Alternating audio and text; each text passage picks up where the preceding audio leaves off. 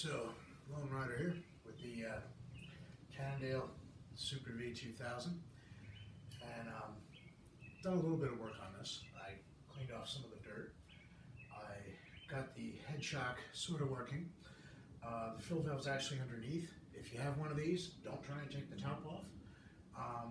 The air goes in here. There's a Schrader valve underneath the floor crown.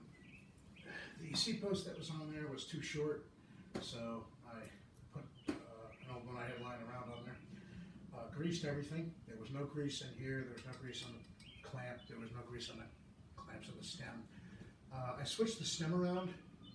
It was angled like this. It was too low, so I flipped it around. Put my GPS mount on there. Took off the bottle cages that were up here. They were funnily. Switched the pedals. I have platforms on here now. Tweaked the rear limit screw.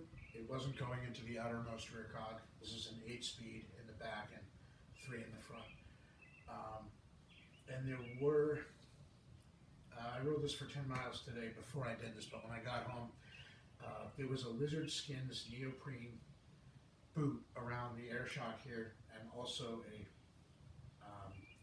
chainstay guard. They were both attached by Velcro, but they were both really grimy, so I took them off. They're actually in the wash right now. I'm going to let those air dry and then see if I can put them back on. The bike as is rideable, but there are some things to note. One is there's a lot of wear. There's no structural damage, but there's just wear and scuffs, and paints come off in spots, both on the main frame and on the rear triangle. And there's some chips here and there. The fork, there's some paint loss down here and on the fork ends. What I'd like to do, as far as this is concerned, is really get the Headshok working. Right, the back shock is fine.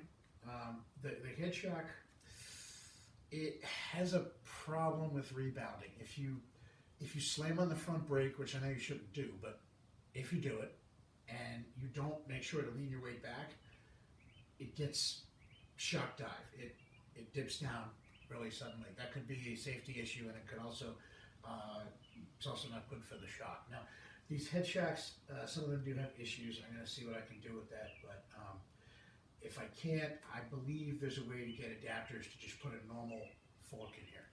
I'm going to try and keep this as it is if I can, because I really like this, but if I have to just put a regular fork on there, I'm sure I can make do. A friend of mine used to be a Cannondale dealer, and I think he's done that adaptation for others. There's also, if you have a little bit of green lying around, this apparently is the same diameter or close enough that it works with the newer lefty forks. So that's always an option. Right now it is rideable. You just have to be careful not to lean your weight forward and hit the brake. And there's probably something I can do to tweak that. I got to learn more about how to work on this type of shock. It's unique, right? The bike itself, as far as I can tell, it's the 98 or 97. It's hard to tell. I was looking at old Cannondale catalogs. If you go to like vintagecannondale.com, they have all the old catalogs scanned in, and there's one that's exactly like this. But the problem is, although it has the yellow rear triangle and this color mainframe with the proper decals, all the fittings are black instead of silver, including the bearing cups here. And you could just put it down to, well, somebody replaced the stem, somebody replaced the bars. Problem is the bars are Coda bars, which is the house brand, and these stems are unique. They only fit Cannondales with this diameter. So somebody may well have replaced the bars and the stem, but it would have been from another Cannondale. And of course, these cups, again, they're only on this type of bike. So it's maybe they were offered in both silver and black. I don't know, or maybe somebody at one point did actually redo the headset. I'm not sure. But the closest I can narrow it down to is it's from the very late 90s. Beyond that, I haven't been able to figure it out.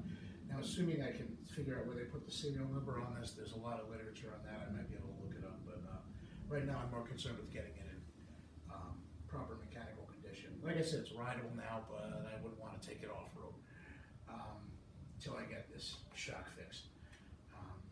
But I did 10 miles on it just around town. Definitely works good. And you know, when I get the shock dialed in, I can't wait to take this on some single track. It's just, you know, I wanted one of these for a long time, ever since they came out with them back in the 90s. Well, if you wait long enough, stuff that was really high end when you were younger and you couldn't afford it, now it's just old and it's cheaper. So there you go. A note about these bikes, with the exception of a handful of specific models, were generally intended as cross-country bikes, right? So a lot of people look at these older Cannondales and they say, well, they're not as sturdy, they're not safe, they're not. There are some Cannondale models that had problems with frame breakage. The ones with the cantilever chainstays in particular, but those were hardtails. As far as these, if it's in good condition and you take care of it and you're not doing anything you shouldn't be doing with it, it should be fine. I think a lot of people look at this and they think, because of the way the bike looks and the fact that it's dual suspension, that it's intended as sort of like a downhill bike. And like I said, with the exception of a handful of specific models, these were really only ever intended as full suspension cross-country bikes, which is one of the reasons why they're so light. This thing weighs about as much as some modern hardtails. So, but I can't wait to get this. Can't wait to get this, you know, more fully restored. Get it on the dirt.